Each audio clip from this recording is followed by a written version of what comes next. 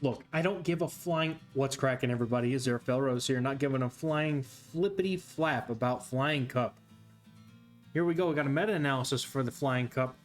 And it's exactly what you'd expect. It's full of flying stuff. So, bringing you some Pokemon Go Badly content. Officially, the meta-analysis for the Flying Cup.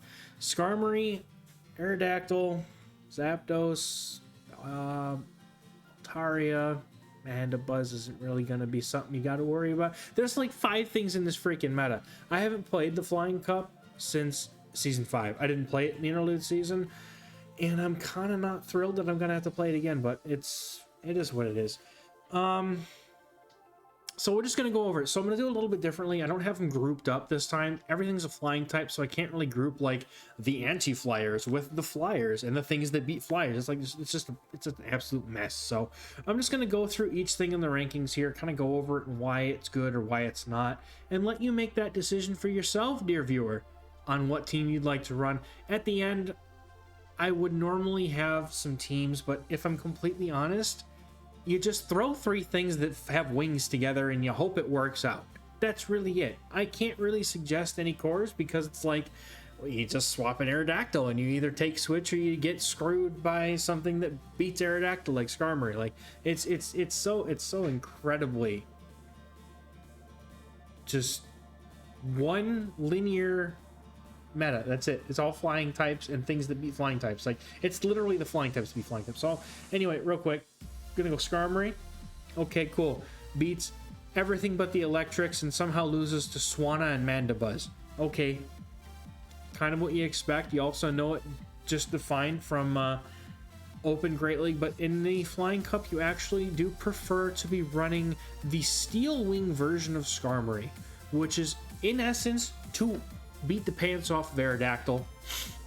That's really it. And also Togekiss, I guess, but since Steel is also resisted by Electric and Water, you may not have the same mileage with, against like Mantine or Articuno, or not, Mantine and the Electrics, which it clearly loses to. Like nothing about Skarmory can beat the Electrics, so yeah, essentially that's going to be that. So Skarmory is good, Aerodactyl Shadow is good, and it can beat basically everything that takes super effective damage from rock. So also Mantine's super thick, so that's why it's also kind of not on the list. Aerodactyl, they narrow each other out, it's fine. So Zapdos, Emolga, Articuno, Altaria, and Togekiss all top the list of the things that Aerodactyl beats, and that's literally, it just throws rocks at things in the sky, and that's it. That's all Aerodactyl does.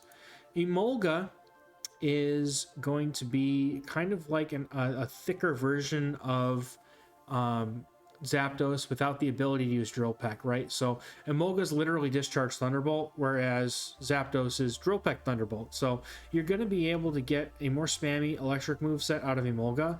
However, it's going to be, I think it has to be somewhat excelled if it's going to be a good rank, so keep that in mind if you're using Emolga. Otherwise, if you've got a Shadow Zapdos, have fun. It's going to be a good time.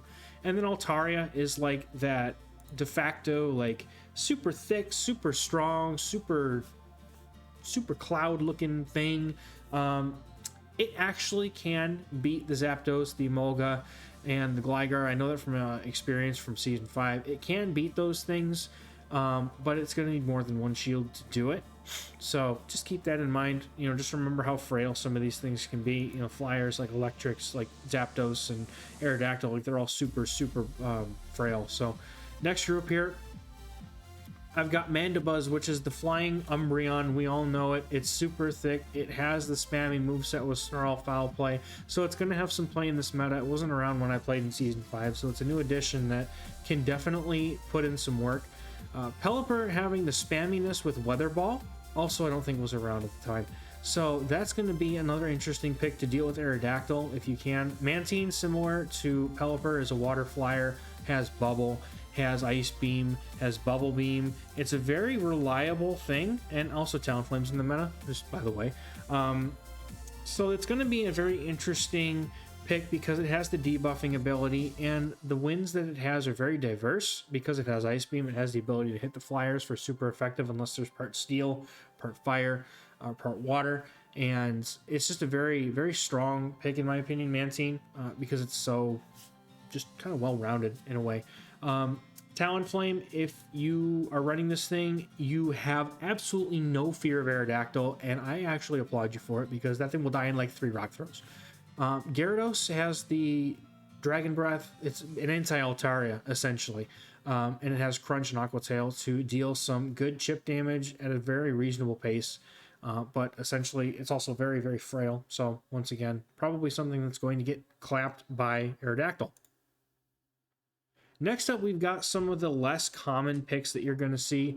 Volibeye is one of those, like, it's kind of like Mandibuzz, but it's got a slightly different moveset. It has Brave Bird, so it's okay against non-electrics and not rocks and not steel. So I don't really think I'm going to run one of these, but Articuno,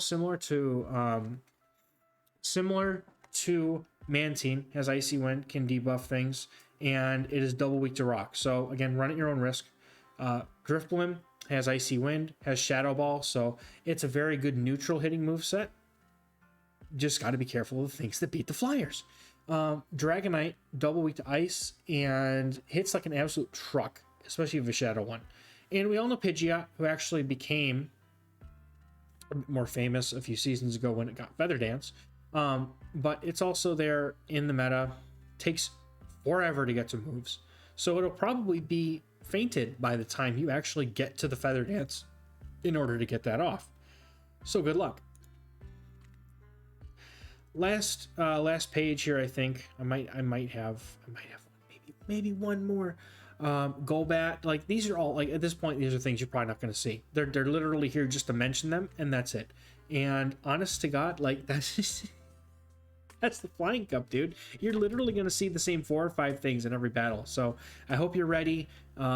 Basically, gear your teams to beat Aerodactyl if you're not running one yourself, or do both. Have an Aerodactyl and beat Aerodactyl with your team. I mean, you can't really go much further than this because everything at this point loses to Aerodactyl or loses to something that you're going to see like Altaria. Like Noctowl is probably one of the only things here that I actually think might be in the meta because its bulk and its ability to hit things with Sky Attack and Shadow Ball. It's a very good it's a very good diverse, decently hitting moveset that allows it to basically hit the whole meta for practically unresisted damage between the 2 moves. So I mean, ghost damage is typically pretty good anyway, but on Noctowl specifically, it is. And I'm gonna just kind of stop right there at this point. If we go any further, I feel we're gonna go off a path that we may never come back from. So I'm gonna instead lighten my load, take to the skies, and see you in the next video. Thank you so much for watching, everybody. And remember, if you want to get access to these meta-analysis and my teams early, hit up the link in the description to join my Patreon and the Discord server and join all the awesome people that are hanging out with us there in that server. And if you're looking to get some coaching for Go Battle League PvP, or maybe show 6-pick-3, it's up to you. I throw that on Metafy. I do offer coaching there, so please feel free to check that out at your convenience. And I thank you so much for watching, and I will catch you in the next video. Bye-bye.